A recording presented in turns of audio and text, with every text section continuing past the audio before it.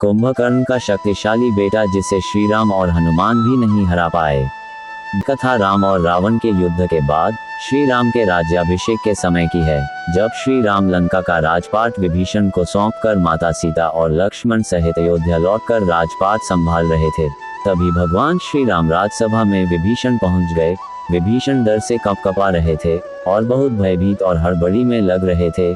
सभा में प्रवेश करते ही वे श्री राम की वंदना करते हुए उनसे अपने प्राणों को बचाने की प्रार्थना करने लगे। वो कहने लगे कि हे प्रभु श्री राम, मुझे मूलकासुर से बचाए। लंका में कुंभकर्ण का बेटा मूलकासुर आफत ढा रहा है और न तो वो लंका को छोड़ेगा, न ही उनके जीवन और उनके राजपाट को छोड़ेगा। तब भगवान श्री राम विभीषण की परेशानी देखकर चिंतित हो गए और उन्हें ढांढस बंधाने लगे। शांत होने पर विभीषण जी ने श्री राम को पूरी बात बताई और कहा कि प्रभु, आपने युद्ध में रावण सहित सभी राक्षसों का वध तो कर दिया, लेकिन कुंभकर्ण का एक बेटा जीवित है। ये बहुत ही अशुभ मूल नक्षत्र में पैदा हुआ था, इसलिए उसका नाम मूलकासुर रखा गया। मूलकासुर के पैदा होते ही कुंभकर्ण उसे मारना चाहता था, लेकिन रावण के समझाने पर उसने अपने इस पुत्र को अशुभ मानकर घने जंगलों में छोड़ दिया था। जंगल में मधुमक्खियों ने मूलकासुर को पालन पोषण किया है। मूलकासुर जब बड़ा हुआ तो उसने कठोर तपस्या करके ब्रह्मा जी को प्रसन्न कर लिया और उसने वरदान के रूप में अमृत मांगा।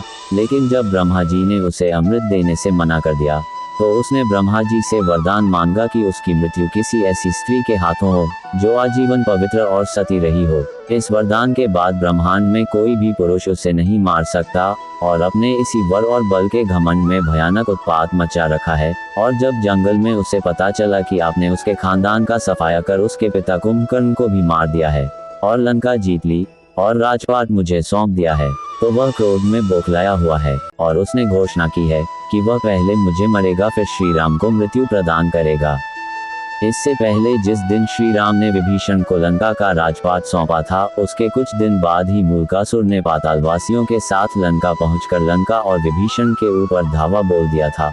विभीषण ने 6 महीने तक वीरता से मूलकासुर का मुकाबला किया, लेकिन ब्रह्मा जी के वरदान से वो इतना ताकतवर बन गया था कि कोई भी उसका सामना नहीं कर सकता था और मजबूरन विभीषण को भी लंका छोड़कर भागना पड़ा था और वो अपने बेटे, मंत्रियों तथा स्त्री के साथ किसी प्रकार सुरंग के जरिए भागकर श्री राम के पास मदद के लिए आए थे। एक दिन जब प्रभु श्री राम अपनी राजसभा में बैठे थे, उसी समय अचानक लंका के राजा विभीषण भी राजसभा में पहुंच गए।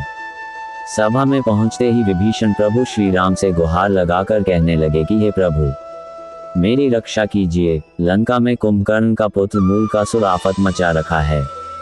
विभीषण ने प्रभु श्री राम को बताया कि कुंभकर्ण का यह मूलकासुर नामक पुत्र असल में मूल नक्षत्र में पैदा हुआ था, जिसकी वजह से कुंभकर्ण ने इसे जंगल में फेंकवा दिया था। जंगल में फेंके जाने पर इसका पालन पोषण मधुमक्खियों ने किया था।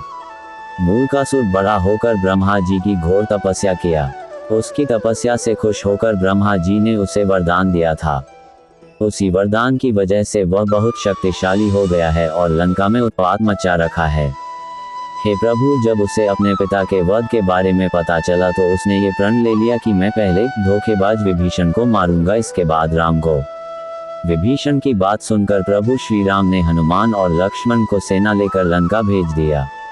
इधर जैसे ही मूलकासुर को राम की सेना के आने की बात पता चली तो वह भी अपनी सेना के साथ लंका के बाहर आ गया। दोनों सेनाओं के बीच करीब 7 दिनों तक घोर युद्ध चलता रहा, लेकिन मूलकासुर अकेले ही श्री राम की सेना पर भारी पड़ रहा था। मूलकासुर को स्त्री के हाथों मरने के मिला वरदान। उधर प्रभु श्री राम जब अपने मंत्री सहित लंका पहुंचे तो उन्हें भी युद्ध के बारे में पता चला, जिससे वे चिंतित हो गए। उसी समय ब्रह्मा जी भी वहां पर आ गए और प्रभु श्री राम से कहने लगे कि हे भगवान, इसे मैंने स्त्री के हाथों से मरने का वरदान दिया है, इसलिए आप सीता को यहाँ बुलाकर उनसे ही इसका वध करवाए। ब्रह्मा जी की बात सुनकर प्रभु श्री राम ने हनुमान को अयोध्या भेजकर माता सीता को लंका बुलाया। लंका पहुंचने पर प्रभु श्री राम ने माता सीता को मूलकासुर के बारे में पूरी बातें बताईं। प्रभु श्री राम की बात सुनकर माता सीता को क्रोध आ गया। क्रोध में ही उनके शरीर से एक तामसी शक्ति निकल पड़ी। ये शक्ति सीता की छाया में चंडी का रूप धारण कर लंका की तरफ चल पड़ी। उधर प्रभु श्री राम का इशारा पाकर वानर सेना मूलकासुर की तांत्रिक क्रिया को तहस नहस करने लगी। जिस पर मूलकासुर क्रोध में अपनी तांत्रिक क्रिया को छोड़कर वानरों को खाने के लिए उनके पीछे दौड़ पड़ा। वानरों के पीछे दौड़ते दौड़ते वह युद्ध के मैदान तक आ गया। युद्ध के मैदान में पहुंचकर जब वह सीता की छाया को देखा तो गरज कर बोला, तू कौन? इस पर सीता की छाया ने गर्जना करते हुए कहा कि मैं तुम्हारी मौत चंडी हूँ।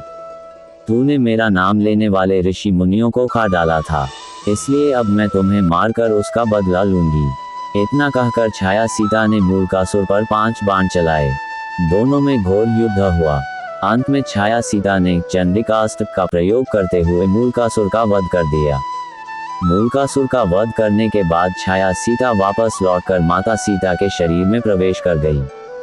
मेरी यह जानकारी आपको अच्छी लगी हो तो मेरे चैनल को सब्सक्राइब करें, वीडियो को लाइक करें और कमेंट करें। धन्यवाद। राधे राधे।